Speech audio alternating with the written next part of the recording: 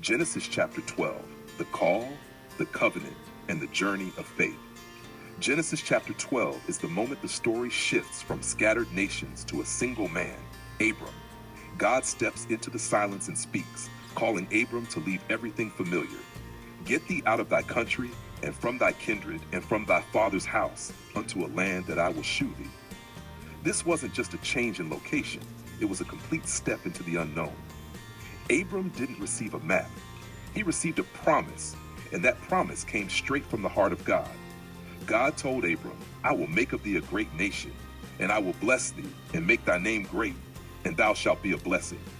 It's a covenant of blessing, identity, and purpose.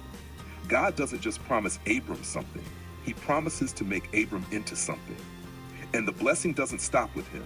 It flows through him to all families of the earth. So what does Abram do? He goes. He doesn't argue. He doesn't delay. At 75 years old, he obeys. This is where faith becomes action. He steps out, trusting a voice that is calling him into a land he's never seen, to become a people he can't yet imagine, carrying a promise that would take generations to fulfill. As Abram journeys through the land of Canaan, God appears again and says, Unto thy seed will I give this land. In response, Abram builds an altar. Then he journeys again and builds another altar. This becomes the rhythm of his walk with God. Travel, trust, worship.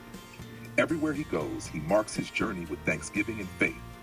But even Abram's journey has challenges. A famine comes and he detours to Egypt.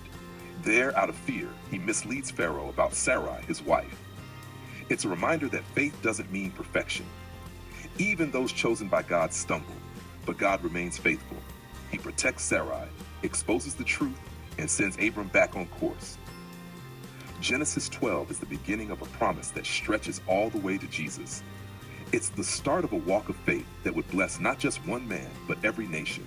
And it reminds us today that when God calls us to go, he also goes with us. You may not see the full picture. You may be walking by faith into the unknown.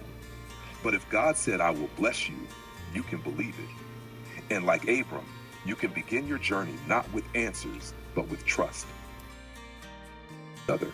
Bring God's word back into your life. Teach it, live it, let it light your path again.